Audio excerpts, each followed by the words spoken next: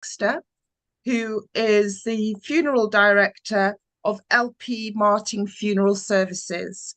And she's also a local member of our very own Manchester community. Over to you, Professor Carol.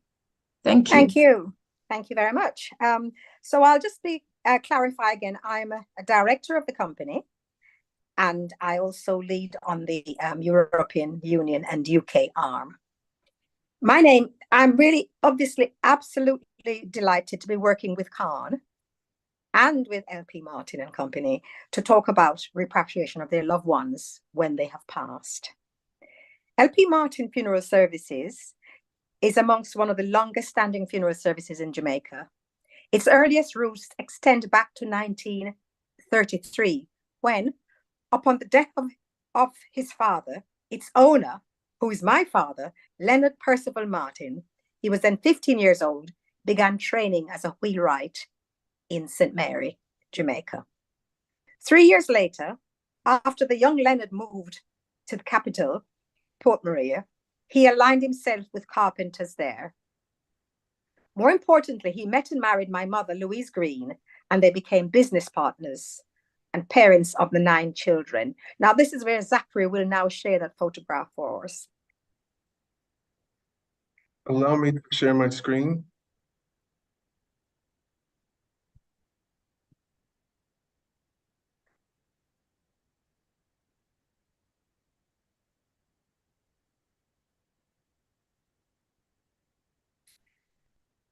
So you can see from this photograph, this is the family, yeah? While my father specialized as a carpenter in making windows, doors, and ceiling strips, my mother opened an ice cream parlor and made and sold the best patties and pastries and gingerbread in the town at the time, ginger beer in the town at the time.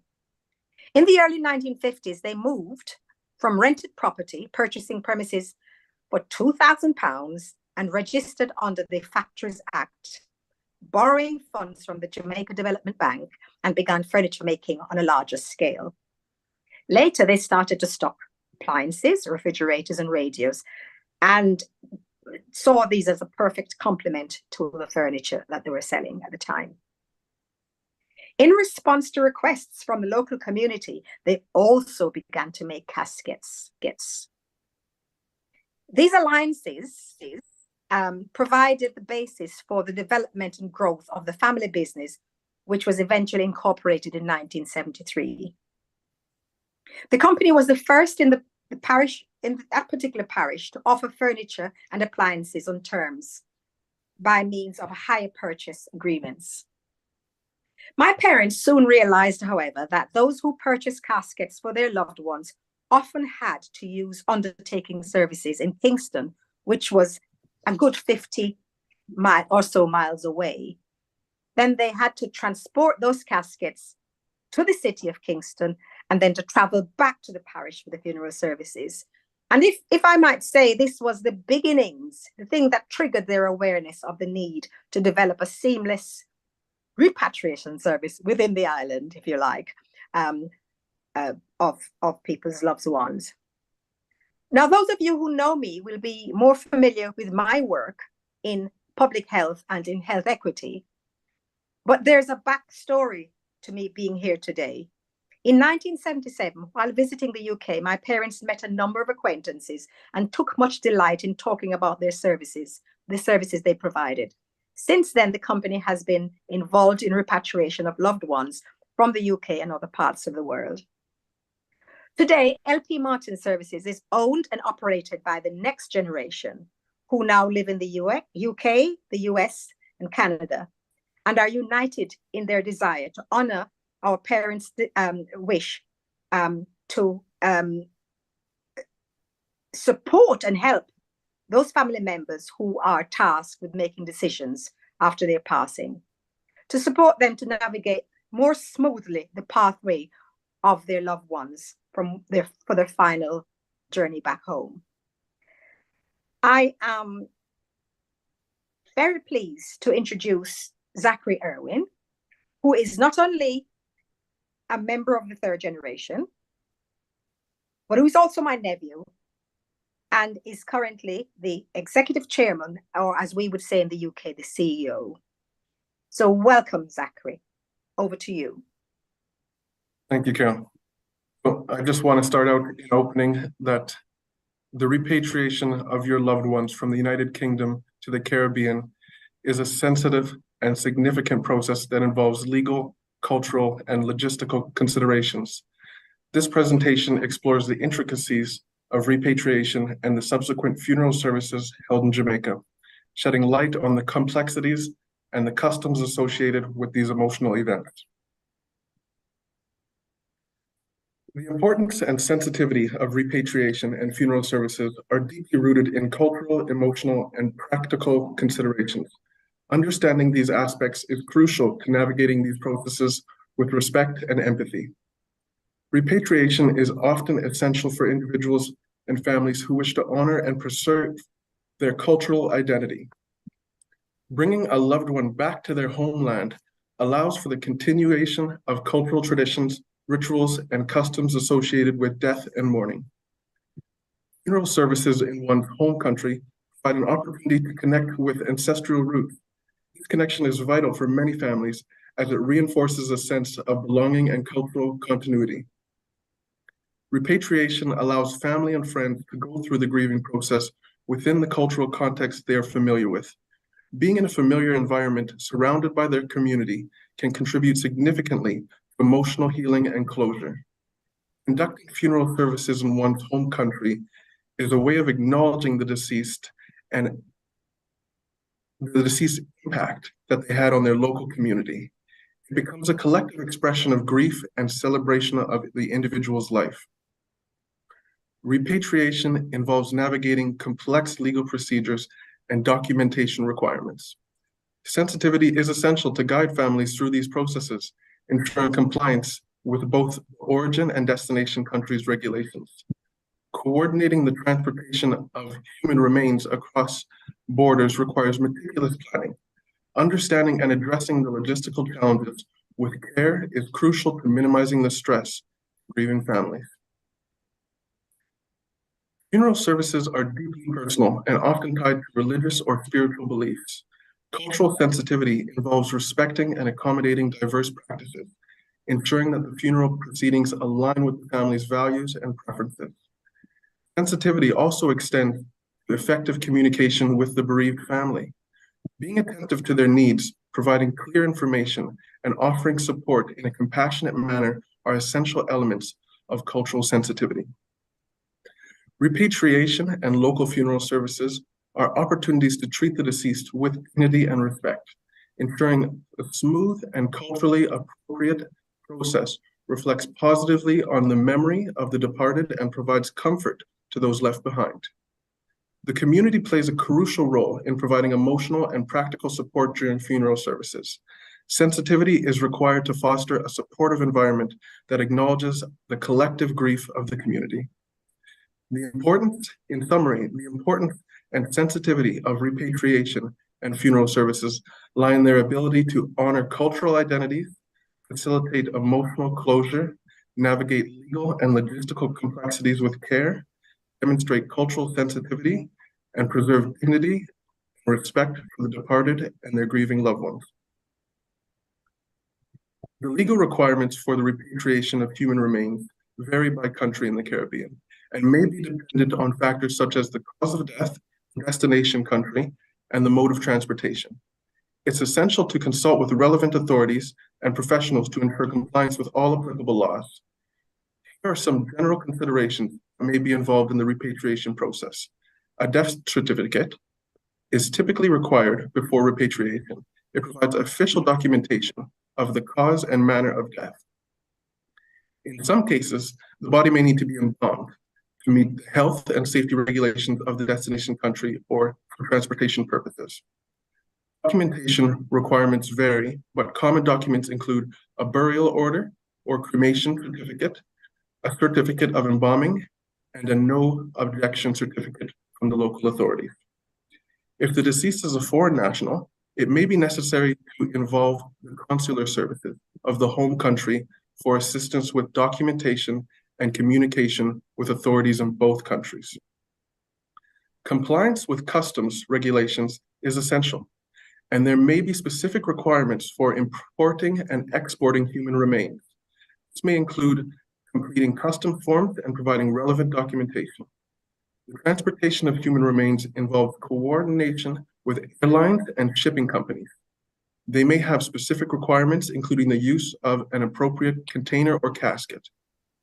Health regulations may require specific measures to prevent the spread of infectious disease. This can include quarantine procedures or additional documentation. Engaging the services of a licensed funeral director is often a legal requirement. They can guide you through the necessary steps, including compliance with local regulations. Depending on the jurisdiction, legal declarations and authorizations may be needed for the appropriate authorities, such as a coroner or government health department. Some countries may require permits to import or transport human remains. Fees may be associated with various aspects of the repatriation process. It's crucial to work closely with professionals like our team at LP Martin Funeral Home to ensure that all legal requirements are met. Additionally, timely communication with relevant authorities in both the home and destination countries is essential for a smooth repatriation process. Funeral services in the Caribbean are deeply rooted in cultural traditions, reflecting the diverse heritage of the region. These ceremonies often blend religious, spiritual, and local customs, creating a unique and meaningful farewell for the departed. Here are some of the cultural nuances commonly observed in the Caribbean funeral services. In many Caribbean cultures, mourning is not limited to the day of the funeral. Families may observe an extended mourning period, which can last several days or even weeks. During this time, friends and family gather to provide support and comfort. Funerals in the Caribbean can be elegant affairs involving intricate planning and ceremonial activities. These may include processions, music, dance, and other cultural performances that celebrate the life of the deceased. Open casket viewings are common in Caribbean funerals. This practice allows mourners to pay their respects by viewing the deceased before the burial. It is seen as a way to acknowledge the reality of death and offer a final farewell. The choice of caskets and burial vaults can be highly personalized. Families often select designs, materials, and decorations that reflect the personality and preferences of the deceased. As mentioned before, religious and spiritual beliefs play a significant role in Caribbean funerals. Whether Christian, Hindu, Muslim, or influenced by traditional African religions, ceremonies often include prayers, hymns, rituals, and readings of sacred texts. Caribbean funerals often emphasize the celebration of the person's life rather than focusing solely on grief. This celebration can include lively music, stories, and anecdotes that highlight the positive aspects of the individual's journey. Funerals are community events, and neighbors, families, and extended family members often participate actively. The community may assist with preparations, provide meals, and offer emotional support to the grieving family. Wakes, vigils, grave digging ceremonies, candlelight ceremonies, and setups are common in Caribbean funeral traditions. These gatherings take place before the funeral and involve prayer, storytelling, and communal support. They serve as an opportunity for friends and families to share memories and console one another. Communal meals, often referred to as repast or dead yard, are a traditional part of Caribbean funeral services. These meals bring people together, fostering a sense of community and providing sustenance during a challenging time. The selection of burial sites can be influenced by cultural beliefs. Some Caribbean communities have specific customs regarding the orientation of graves, the placement of objects in the casket, rituals performed at the grave site. Understanding and respecting these cultural nuances is crucial when participating in or assisting with Caribbean funeral services. Each community may have its unique practices, and sensitivity to these traditions contribute to a more meaningful and supportive experience for the bereaved. In specific regard to repatriating loved ones to Jamaica, the following documents are required. A death certificate or documented cause of death, if not already in English, will need to be translated. Photo identification for the deceased, a passport, even if expired, will work. A health letter stating that the remains are free from infectious disease, a cremation certificate, if applicable, an embalmer's affidavit or certificate confirming the body was embalmed by a certified embalmer. A transit permit from the health authority is required to receive the remains in Jamaica. A flight itinerary must be provided 5 days prior to the importation of the remains. A letter of contents for that container used to ship the remains along with the parish or place of burial in Jamaica to be listed. The cost of repatriating a loved one from the UK to the Caribbean can range based on the UK funeral home partner you choose and the specific package that you decide to purchase in your home country. Using Jamaica as an example, the costs incurred on the UK side to export the remains range between £3,000 and £6,000, while the funeral plans in Jamaica can range from £1,800 to £7,600. In Jamaica, there are financial assistance options available for pensioners, such as the funeral grant from the National Insurance Scheme or the funeral grant for those in financial need from the Social Development Commission. As I shift to providing specific information on what you can expect to receive when holding a funeral in Jamaica with a leading provider such as LP Martin, you will see that we are able to provide funerals that are as unique as your life, with packages including but not limited to professional service, which will include transportation, unlimited storage, restoration, and administration services, customized caskets, whether they be metal or natural wood, a variety of programs, bookmarks, buttons, hand fans, keychains, customized water bottles. We also announce the death on many different platforms, including radio, TV, newspaper, and online. Our casket sprays and wreaths are made with natural flowers.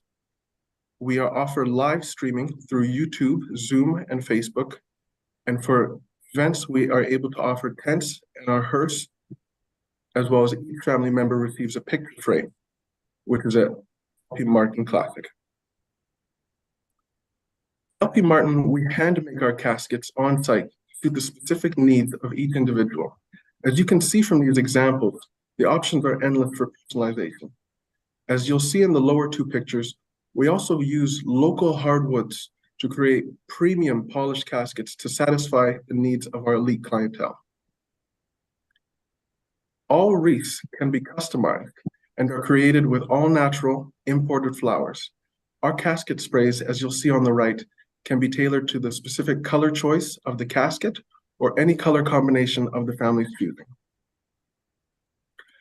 Although we service the entire island, we proudly offer the ability to host St. Marian's at our chapel located in Port Maria, which seats up to 140 guests.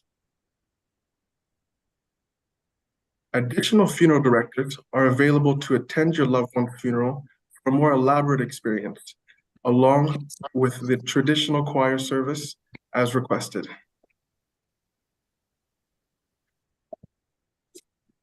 Although we are an international operation with an island-wide reach, we are still able to stick to the roots and provide a local energy when facilitating candlelights, setups, 9 nights, grave digging, and repast throughout the country. Pictured here, you'll see a candlelight we held in Ocherius St. Anne just this past Monday. On the next slide, hopefully the sound worked for us, but I'll show you a very brief video clip of the final setup with our hearse playing music and the projector screen playing a tribute for the deceased. So fly, fly, fly, butterfly. Well, as you can see, a celebration of life, indeed. LP Martin Funeral Home is a full-service home that is also able to provide vault construction and vault decoration, including fabric or painted interior, custom tiling, headstones, and much more. Now, lastly, I want to touch on pre-arrangement. Pre-arranging a funeral involves making decisions and arrangements for one's own funeral in advance. While it may seem like a sensitive or morbid topic, there are several practical and emotional benefits to pre-arranging a funeral. Pre-arranging a funeral can alleviate the emotional and financial burden on family members and loved ones. It provides clarity and guidance during a difficult time, allowing them to focus on grieving and supporting one another. Pre-arranging allows individuals to specify their preferences for the type of funeral service, burial or cremation, choice of casket or urn, and other details. This ensures that their wishes are known and can be honored. Pre-arranging a funeral often involves prepaying for some or all of the funeral expenses. This can help individuals manage the financial aspects of their funeral and potentially lock in current prices, protecting against future inflation, which I don't think we'll get away from inflation. Clear arrangements can help prevent disagreements among family members about funeral decisions. When preferences are documented, there is less room for misunderstandings or conflicts regarding the deceased wishes. Pre-arranging allows individuals to take the time needed to make thoughtful decisions without the pressure of immediate grief. This can result in more carefully considered choices that reflect personal values and preferences. For individuals who wish to donate organs or tissues, pre-arranging the funeral can help streamline the process. It ensures that the necessary arrangements are made promptly, allowing for timely organ donation. Knowing that the deceased wishes have been considered and documented can provide a sense of comfort and ease of transition for surviving family members. It removes the stress of making difficult decisions during an emotional time. Pre-arranging allows individuals to express their unique personalities and preferences, leading to a more personalized and meaningful funeral service. This might include specific music choices, readings, or themes that reflect the individual's life. Having pre-arrangement documentation in place can be valuable for legal purposes. It provides a clear record of the deceased wishes, which can be important for resolving any disputes or challenges that may arise. Perhaps one of the most significant benefits is the peace of mind that comes with knowing one's affairs are in order. Pre-arranging allows individuals to have a say in their farewell and provides reassurance to both themselves and their loved ones.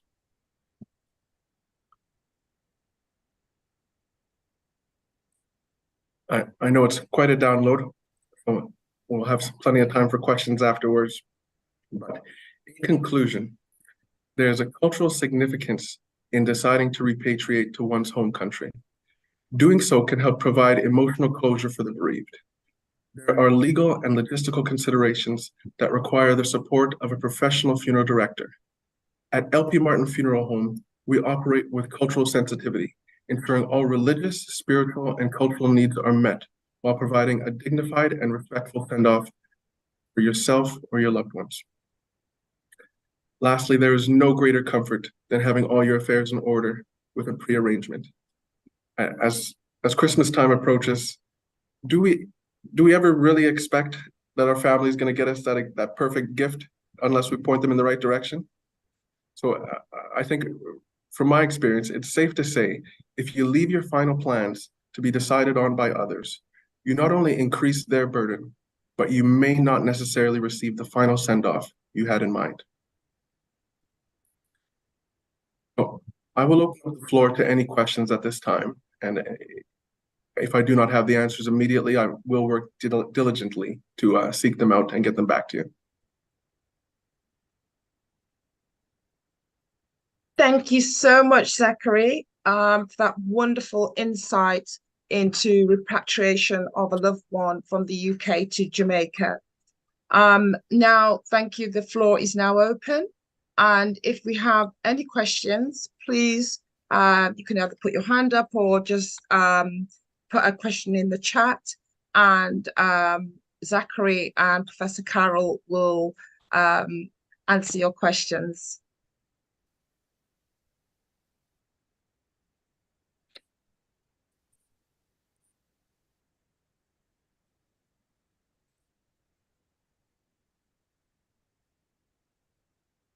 Hopefully I didn't go too fast and we were able to absorb that information. I was trying to be cognizant on time and No, we're it was great. well within our budget.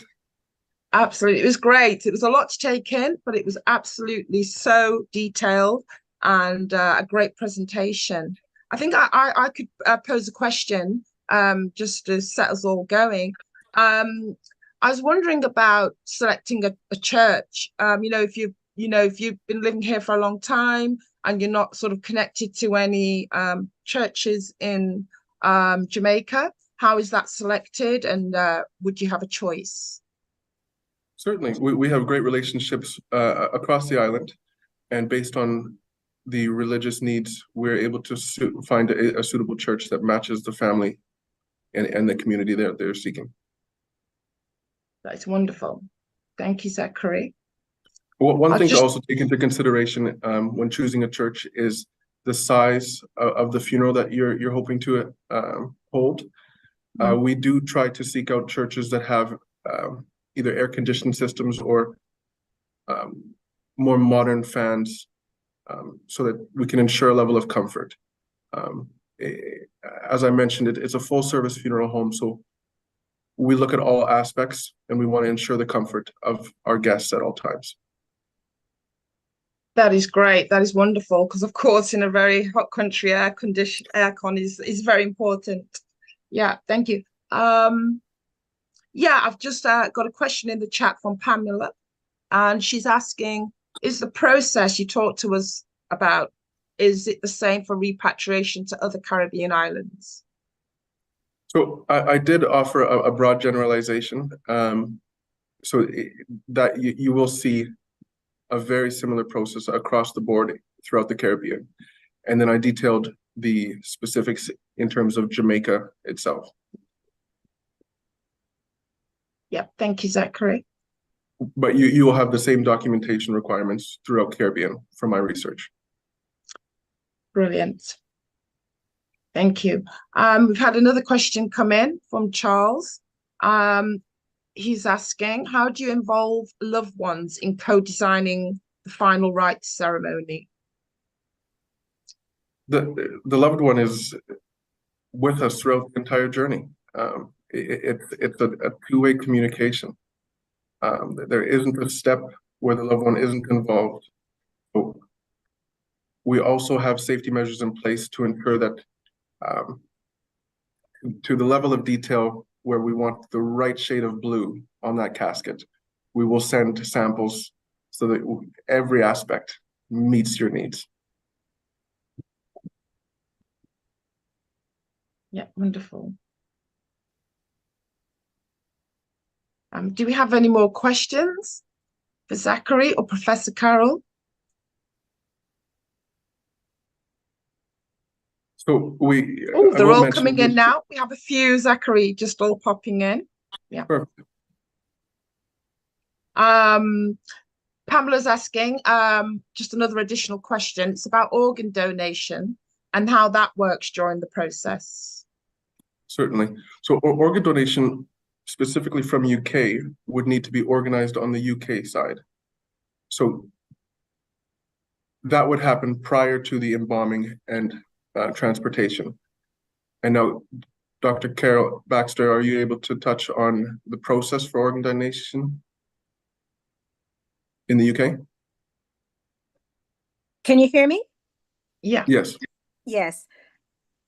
The process of organ donation is a discussion which happens well before the person passes, and they would actually decide obviously what organ, and they will decide with the family and with the hospital. That is managed and dealt with as a clinical activity, but as I say, the planning is very important, in that the deceased will have agreed to that beforehand and had all the documents to prove that's what they want to do. By the time it gets to the funeral home, it has really, by the time by the time the loved one is ready for repatriation, that process is complete. So the funeral home, LP Martin and Company, would not have any direct involvement in that, because it's a decision between the clinician, the patients, and their family. Well, the person who's died and their family. By the time we take over, the process is complete. You will, if you look on the NHS website, you will get a lot of information about that activity and that process. But it must say it has very little to do with how the funeral home itself operates. I hope that's helpful, because yes, I hope that's helpful. I know it's a very important question, but it's one. I mean, I think the key point to make is decide whether you want to go through that process well before, discuss it with the family discusses it with the hospital well before anything happens. So it's a smooth process, but it's not something I feel in a position to talk with any authority about, because that's not what obviously our funeral home does or so on. But if you'd like to talk on organ donation, then that's a separate matter, which is quite detailed and quite important as well. So that's something that Khan could probably look into and get an expert to come and talk about. I do hope that's helpful. Thank you, thank you, Professor Carroll. That is extremely helpful. I've just saw Charles's hand up, the CEO of the Caribbean and African Health Network. Charles, would you like to come in? Yeah, thanks, Professor Carroll and Zachary, for this. I just wanted to check if people are interested in the process, but then finance is a challenge. How do we support people to think and plan in advance? Are there, any current plans, funeral plans that incorporates, support to be returned back to home country? So if I could jump in, Zachary, and say from our end, Charles, there is nothing in the UK, unless Khan would like to get involved in some way in supporting people in that way. There is nothing from this side, but from the Jamaican end, that there are funeral plans, which Zachary will talk all about now. Yeah, so as I mentioned, there's quite a range of packages available, from as low as 350,000 Jamaican to 1.5 million, which would equate to £1,800 to £7,600. So we're able to accommodate families of all financial backgrounds. If you were previously a Jamaican resident paying into the NIS, you're able to apply for an NIS funeral grant. So that's the national insurance scheme as well. But we can customize any package to ensure that a family is able to stay within their budget and still repatriate their loved one. One of the key things I want to really touch on is pre-arrangement.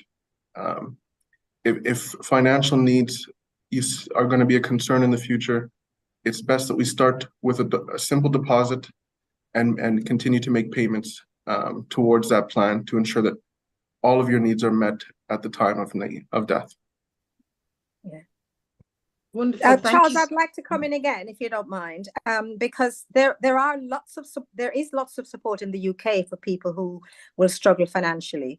LP Martin and Company cannot talk about those because we don't have that information, but it's certainly something I would go out and look for you and support Khan with disseminating in the future. There are death grants. There are people do crowdfund now. There are a range of ways of supporting people. Nobody is going to not have a burial in the UK because because they have a socioeconomic economic problem. However, that's not something that we know a lot about, because obviously we are working from the other end, which is once people are repatriated. Thank you, Professor Carroll. We've had a flood of questions come in, but I've also noticed that James has his hand up, so maybe he wanted to come in at this point. Thank you, Cheryl. Yeah. Thank you for that. Thanks, Zachary and Carol, for those points. I thought that was really interesting what you said about the kind of the grants that are available for people to be to help them kind of with that financial pressure. Obviously at a very potentially a very distressing time for people. In terms of what you see, is there a large uptake, kind of of those, kind of those supporting those financial supports? Do people generally kind of take those things up, or is it very rare that you come across those things? Obviously, kind of the data is probably incomplete from your side, but I'd be really interested to know whether, kind of it's something that crosses your path on a regular basis. Thank you. Can I just ask you your name again, please? Yeah, it's James. James. Yeah, it's James. Sorry, Carol. Thanks, James. I presume you're focusing on the UK and asking questions about the UK. Is that correct? Or is it from the Caribbean end or the Jamaican end? Yeah, it's kind of from your end, Carol. I just wondered whether yeah. That is something I'm prepared to do some research on and let you know. We've not come across those kinds of issues, because usually when you're repatriating, it's something which it's unfortunately it's for those people who do have the resources to repatriate their loved one that we tend to meet. But I think increasingly, as the Caribbean community and the African community is aging, we're going to see a lot more people wanting to be repatriated. And also there's a strong celebration now there's a strong return to celebrating your own culture. And so you're going to see a lot of people wanting to return. So that's when you're going to be seeing most of the uptake issues. I don't have that data, and I should do, and I will look into it to see what's going on, especially in terms of my own focus on health equity. It would be important to see what happened there. So you've given me some homework, if you like, to explore. Our focus has tended to be from the UK to the Caribbean, where most of our efforts are. But we're going to look, as we expand our repatriation service, we'll be looking more into giving you support and advice in terms of things that happen at this end. Thanks, Carol. Yeah, I think kind of you touched on it there. If we have a generation of people potentially that would kind of need that service in the not too very distant future, yes, maybe a little advanced planning would would be useful. It'd be something kind of that I know the team would be very interested in. Thanks for the great answer. And thanks for the question, so I can do some research on it. Wonderful. Thank you so much, everyone. Sorry about that. Excuse me. We've had a flood of questions coming in. Really exciting. Sorry, so Michelle. Michelle. Can I suggest we stop sharing the screen so we can see you all better? Brilliant. Yeah. Zachary, is that you? Thank you. Wonderful. Thank you very much. So, yeah, we have had this flood of questions coming in, and I will, try and mute this phone. Sorry.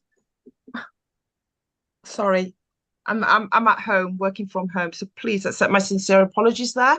I don't know who's trying to get through. The next question is, do you have a brochure or website? They're not sure if it's been mentioned at the beginning, but if we can share those details. I will be able to share those details at the end of the session. Wonderful. Thank you so much, Zachary. And we can also post them in the chat as well, if that helps. The next question from James again. If there were 3 key takeaways you'd like us to pass on to others from your experience, what would they be? And James might allude to that because he's actually got his hand up as well. Add to that, sorry. Perfect. So key takeaways is that we want to honor our cultural position. We want to take the time to focus on each individual culture. So at LP Martin, we're able to satisfy the needs of the entire diaspora. What I want to get to is the personalization that comes with looking at the culture. So as you look at which rituals, which specifics you want involved in your funeral service. Next would be the individual preferences of the package. You'll want to focus on asking these questions early on. When it's too late, it's too late. You might know her favorite color or his favorite color, but was that necessarily the color that they wanted as their final goodbye? And then thirdly, pre-arrangement. We want to have these conversations early. So what is the cultural rituals that we want to celebrate? What are the personal preferences that we want involved in our funeral? And we want to get ahead of them with a pre-arrangement and ensure that we are being active and providing ourselves that peace of mind. Can I just add to that? Absolutely. Yeah. Absolutely. Yes. In doing so, I'll take you back to the origins of this session. I attended a very good session done by Khan about a year ago on, I think it's on bereavement. I think it was. And that's what gave me the idea to work with Khan on this particular session. And one of the things I shared in the session, it was so detailed about the things that Zachary mentioned, the things that are about planning and preparation, that I pulled out this book, which I'll show you now. I Am Dead, Now What? I would recommend everyone gets one of these books. I just don't have the time to share with you the content of this book, but it answers all the kind of issues that is it Charles, not Charles, James. the other James mentioned. It talks about, gives you a lot of information at the time of passing. What would you like to happen? Your dependents, who are they? Important documents that are necessary, financial information. What are the benefits? What do the beneficiaries expect? Your personal property and insurance, your pets, what to pay, who to pay, what to close and what to cancel. A huge, I know this is not about repatriation, but this is a huge, huge help to me personally. And if it's, I think it's something that I would certainly be encouraging LP Martin to look into, advising people to prepare beforehand. You want to leave your relatives a gift that's saying, this is who I am and this is what I want. Because your loved one, you want to make sure your loved one gets what they want, but they have to tell you before they go. And this book helps you to collect your thoughts and organize your thoughts. Yes, so I'll flash it once more.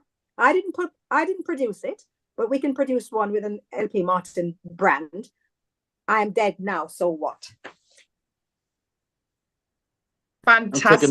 I'm taking a screenshot of that. That looks great. You have. It is very good, James.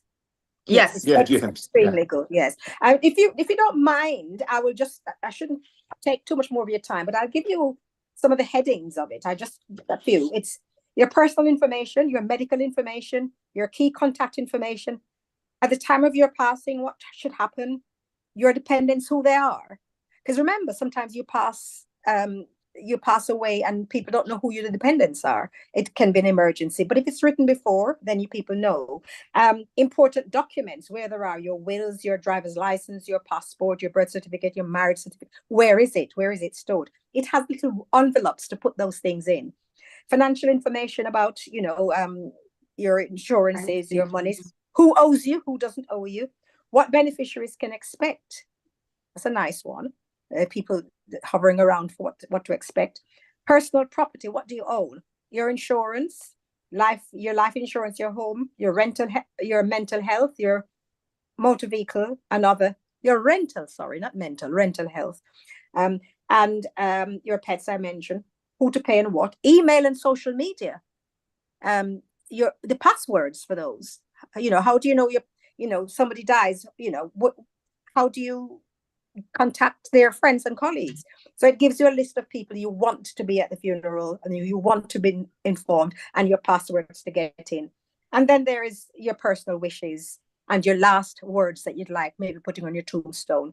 So I say no more because the idea is about repatriation, but I just found this very useful. And that's what triggered my thoughts about this session when I came to the Khan one on bereavement and to share that book. That is amazing. Yeah, extremely thorough. And I feel like I want to copy myself. So thank you so much for sharing that, Carol. And we look forward to seeing an LP Martin version as well. Caribbean style.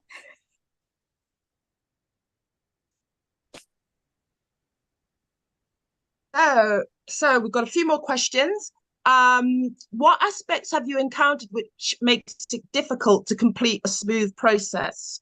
So what aspect have you encountered which makes it difficult to complete a smooth process? I think that's one for Zachary. But Zachary, I'll jump in quickly. This is where the pre-planning, so a booklet like this, organizing your thoughts, help, because you don't start scurrying around for the documents that Zachary is going to talk about now. So over to you, Zachary. Yes, so obtaining those documents, having those conversations with different health authorities, and establishing the right timelines for the repatriation are the key areas where we do see struggles, as you have partnering funeral homes in different countries. You need to maintain that communication. Typically with United Kingdom, Canada, and US, we've seen nothing but smooth communication and consistent communication. We have done repatriations from other Caribbean islands where I'm in Jamaica right now, so things operate on Jamaican time at times, and so it can drag out a process unnecessarily. So when you're dealing with different government offices, that's the one issue that we've experienced. Outside of that, everything once you're in Jamaica has been a smooth process with us. Yeah. Can I just add to that, Zachary? One of the things that LP Martin and Company is trying to do now is to formalize our links with some of the funeral services in this country. I can't honestly say they're formal as yet. We're talking to people like the co-op, so that the co-op doesn't then have to start digging for the information. They will know if my health background, if a family member says, this is where we want our loved one's body taken to, the co-op already knows it's one of theirs and it moves quicker. So we're trying to formalize those relationships, which will speed up the process. So the decision isn't taken at the death, but it's been a formal relationship with the funeral services here in the UK before that. I'm not going to say they've been formalized as yet, because Zachary's been doing these as an ad hoc. When it happens, then we respond. But a formal relationship will speed up the process. Would you say so, Zachary?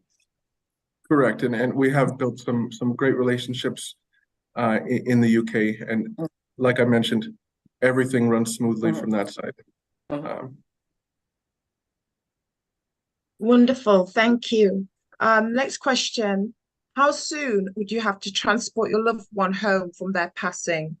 As we would like to have a service here to celebrate their life and then repatriate. Certainly, and that's very common. So once the remains are embalmed, you do have upwards of 28 days to transport the body.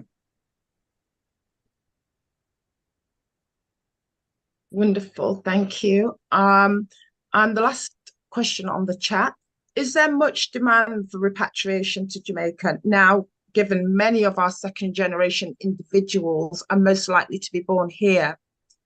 Also, due to high cost of funerals here in the UK, do you find it cheaper to be repatriated to somewhere like Jamaica, regardless of where you're born or there? Yeah. Certainly. So from my research, a funeral in UK can cost up to £20,000, which is significant. When we look at the costs that I mentioned previously, ranging between £3,000 and £6,000 to repatriate to Jamaica. One thing I want to mention is that there are ways to do it. So when you're transporting with an airline, it's based on weight and dimensions. So if you're transporting in a hermetically sealed container rather than a full casket, you will save on those costs. Once you reach Jamaica, the cost of a casket, the cost of the funeral services are much more affordable. We do see still consistent need and demand for repatriation. I believe the last numbers I had checked, it does average about 60 repatriations for the country between Kingston and Montego Bay airports each month. So that's 60 coming in each month. and LP Martin proudly does 13% of those for the island.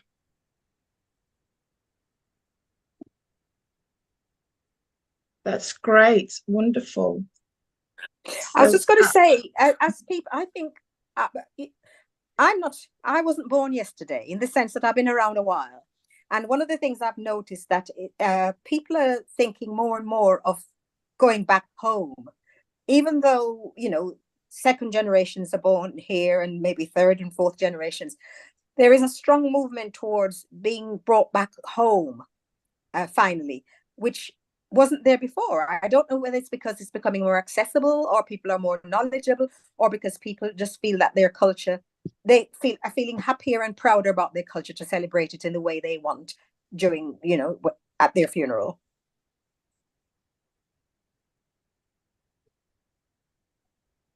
Absolutely. Thank you so much, Professor Carol, and thank you, Zachary.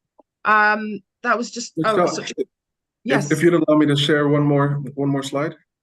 Absolutely, yes, we have time, of course.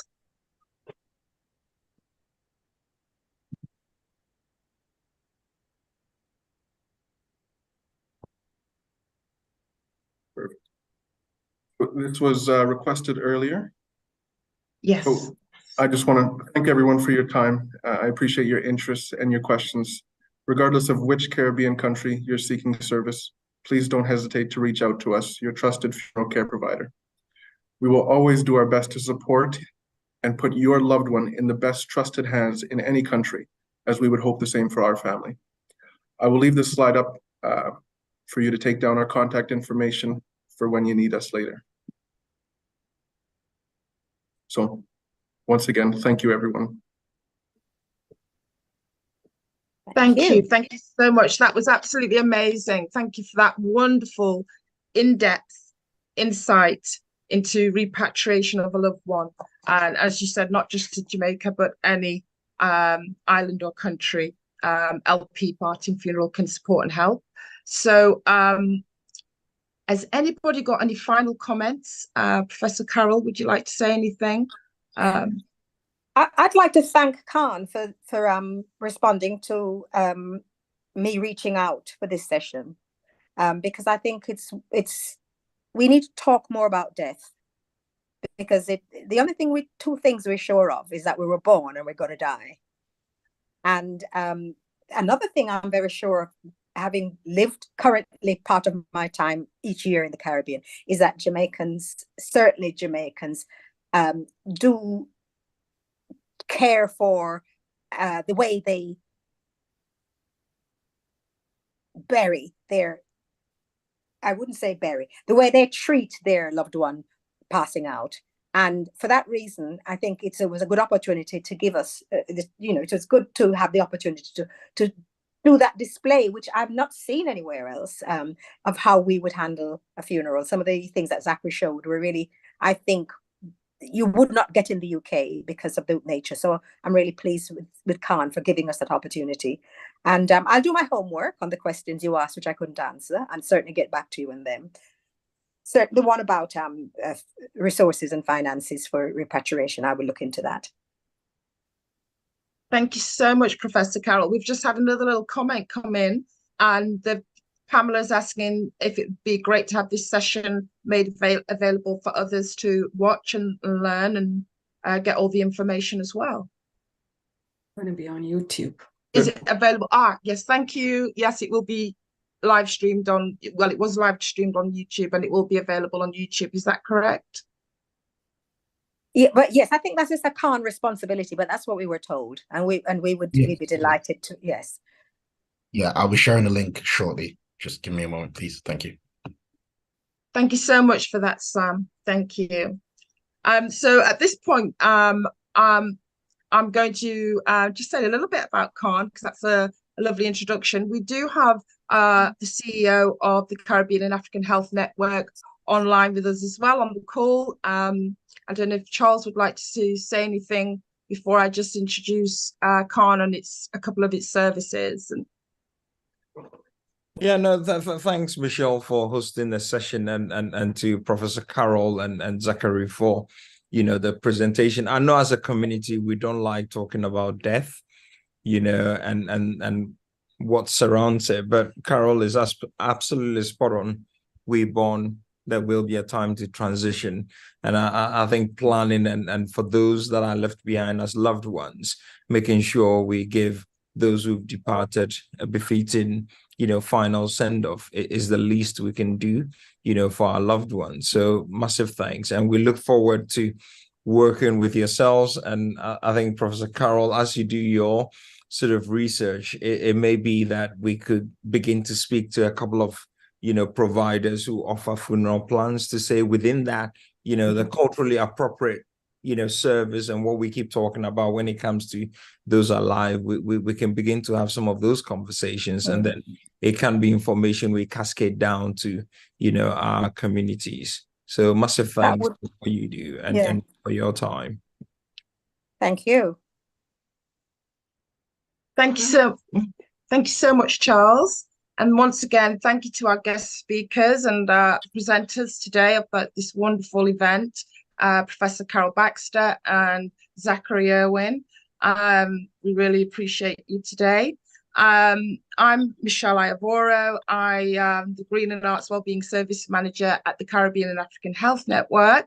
And for those of you who do not know us, we are set up to eradicate health inequalities within a generation.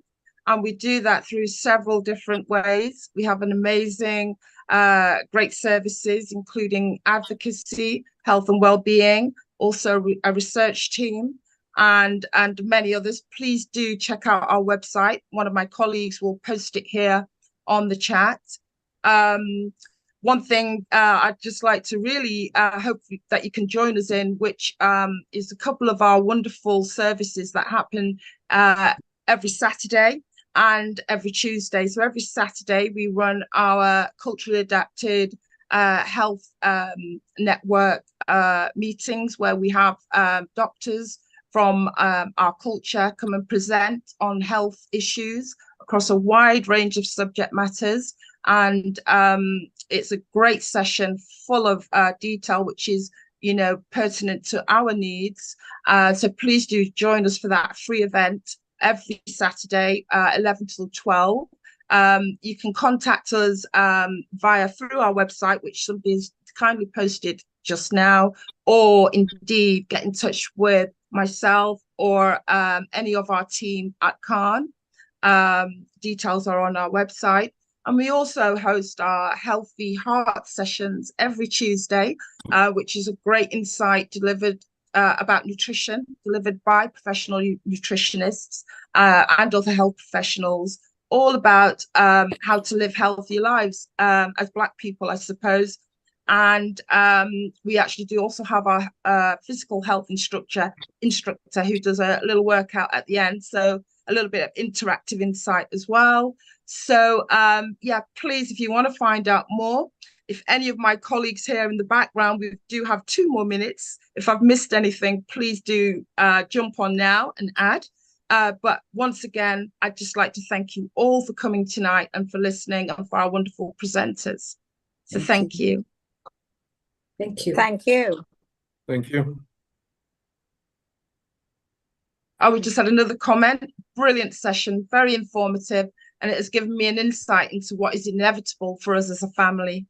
So, you've really touched hearts tonight, and it's for all of us. As Charles said, we all are born, and we surely know, and Professor Cole, we're going to die. So we really do need to look into this and make plans, prearrange. So thank you so much. Thank you. Thank you for hosting. Thank you. Thank you. Bye. Bye. Thank you, everyone. Good night.